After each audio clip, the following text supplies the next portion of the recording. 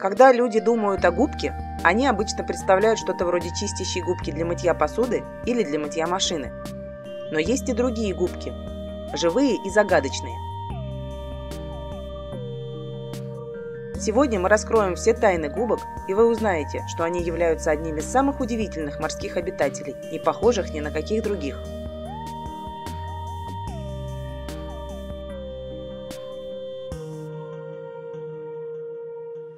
Губки – это самые древние животные, сохранившиеся до сегодняшнего дня. 600 миллионов лет назад наша планета выглядела вот так. Тогда это был только один суперконтинент – Паннотия. Именно в это время и появились губки, а точнее их предки – археоциаты, что в переводе означает «древняя чаша». После того, как археоциаты вымерли, появились губки в том виде, в каком мы можем видеть их сейчас.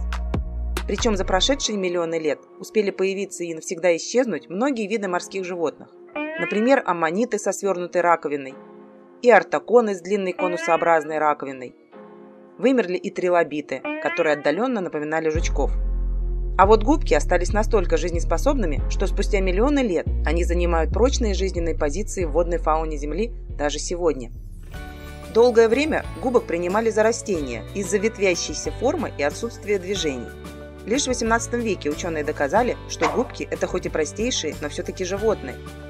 Во-первых, у большинства губок есть скелет, состоящий из большого количества игл, поэтому на ощупь губки жесткие или твердые. Скелет выполняет опорную функцию и поддерживает форму тела губок. Очень немногие губки, например, туалетные, совершенно лишены скелета, поэтому они мягкие. Во-вторых, губки не делают себе еду как растения, они ее добывают.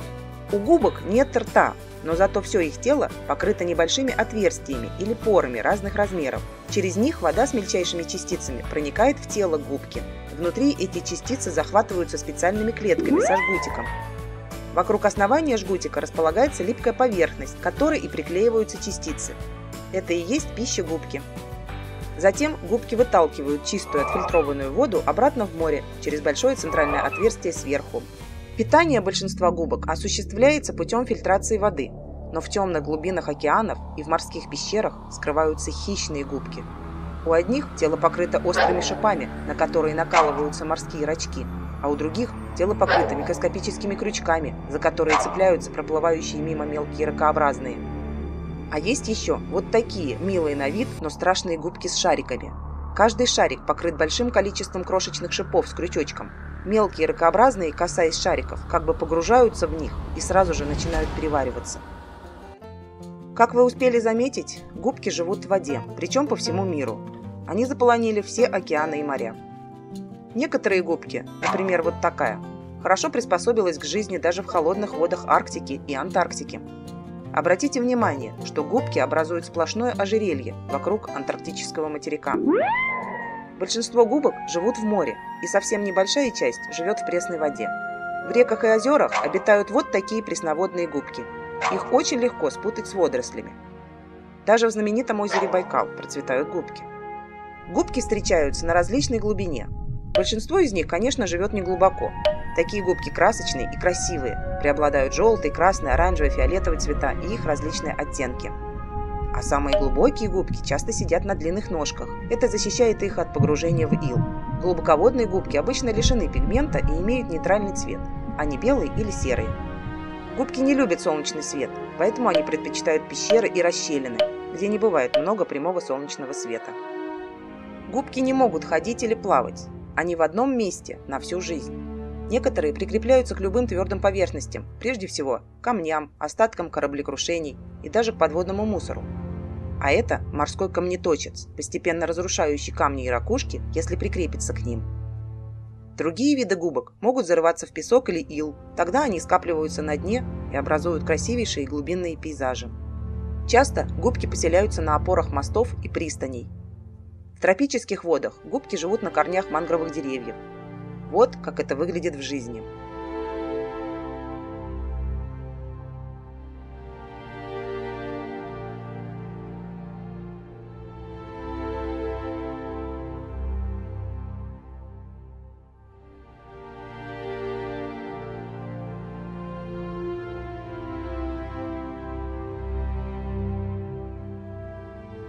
Раньше считалось, что губки – это неподвижные животные, но в последнее время ученые доказали, что это не совсем так. На самом деле губки двигаются, только очень медленно. Только при помощи высокоскоростных камер удалось выяснить, что губки способны расширяться и сжиматься. Губки бывают разных размеров, от нескольких миллиметров до нескольких метров. А вот в тропических морях обитают самые большие губки. Вот это называется Нептунова чаша. В высоту она достигает 1,5 метров, это примерно как рост человека. А эта бычковая губка вырастает до таких громадных размеров, что она может вместить в себя целого человека. Форма тела губок тоже разнообразна. Они могут иметь форму шара, как, например, морской апельсин, форму купола, цилиндра, воронки. Существует множество видов в форме трубочек и ветвистые. Другие представляют собой бесформенные массы, которые образуют тонкие наслоения, как мох на камнях. А губка морской каравай вообще меняет форму тела в зависимости от места, на котором растет. На ровном месте тело губки плоское, от которого поднимается вверх ряд небольших трубчатых выростов. А если эта губка растет в узком пространстве между камнями, трубчатые выросты значительно увеличиваются, пока не занимают практически все тело губки, которое состоит теперь из ряда длинных вертикальных трубок. Губки имеют способность восстанавливать свою первоначальную форму, если они разбиты или разделены на части. К примеру, если тело губки пропустить через мелкое сито, разделив его на отдельные клетки и добавить морской воды, то через некоторое время частицы начнут объединяться в комки, а затем превратятся в новую губку. Если смешать два разных вида губок вместе, то кусочки клеток будут соединяться только с клетками своего вида. У губок мало врагов, а все потому, что они имеют 3 основных способа защиты. Твердый скелет, и поэтому их трудно переваривать. Большинство губок являются вонючками, у них неприятный запах, который у человека может легко вызвать тошноту. Многие губки ядовиты, прикосновение к ним может вызвать воспаление и сильное раздражение кожи. Именно из-за этого животные не трогают губок, их почти никто не ест. Тем не менее, очень многие существа дружат с губками и живут или на поверхности, или даже внутри губок. Например, некоторые губки приобретают зеленый цвет благодаря дружбе с водорослями. Губка защищает водоросли от травоядных, в то время как водоросли действуют как солнцезащитный крем, помогая защитить губку от солнца. Кроме того, для самых разных мелких морских обитателей тело губок становится убежищем от врагов.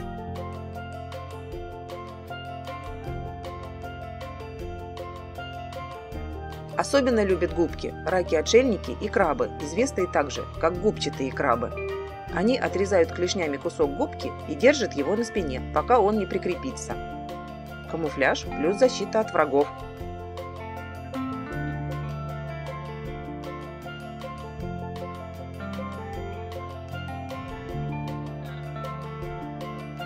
Очень любопытные отношения сложились между маленькими рачками и стеклянной губкой, известной под названием корзинка Венеры. Внутри почти каждой губки живет пара таких рачков – самец и самка. Они забираются туда еще в стадии личинки и во взрослом состоянии уже не могут выйти на свободу через решетчатую крышку губки. Так эти рачки всю жизнь не проводят вместе. В связи с этим в Японии, у берегов которой эта губка обитает, с древних времен существует обычай дарить на свадьбу таких губок с находящейся внутри парой рачков, как символ вечной любви. Дельфины используют губки интересным образом. Они прикрепляют их к своему носу, чтобы защитить его от повреждений во время поиска пищи в морском иле. А теперь поговорим о применении губок, ведь они с давних времен использовались человеком для разных целей. Только не все подряд, а только те, у которых мягкие скелеты, а это прежде всего туалетная губка. К примеру, древние египтяне применяли эти губки при бальзамировании умерших. Римские воины подкладывали их под шлемы, а врачи применяли для очистки ран и остановки кровотечения. Кроме того, с глубокой древности туалетная губка использовалась человеком для мытья тела. Но сейчас люди научились делать искусственный материал похожего типа, и это спасло жизнь многим морским губкам. Вы наверняка смотрели мультфильм «Губка Боб. Квадратные штаны». А знаете ли вы, что главный персонаж был вдохновлен именно морскими губками? На первый взгляд, губка Боб выглядит как губка для мытья посуды, упавшая в морские глубины. Но так сделано специально. Сначала аниматор Стивен Хилленбург, который, кстати, был морским биологом, нарисовал Боба круглым, с порами, как и положено морской губке. Но он стал похожим на сырную головку. Тогда аниматор изменил эскиз и стилизовал Боба под кухонную губку. Вот наш рассказ о губках и подошел к концу. Надеюсь, вы узнали много интересного и познавательного об этих удивительных животных.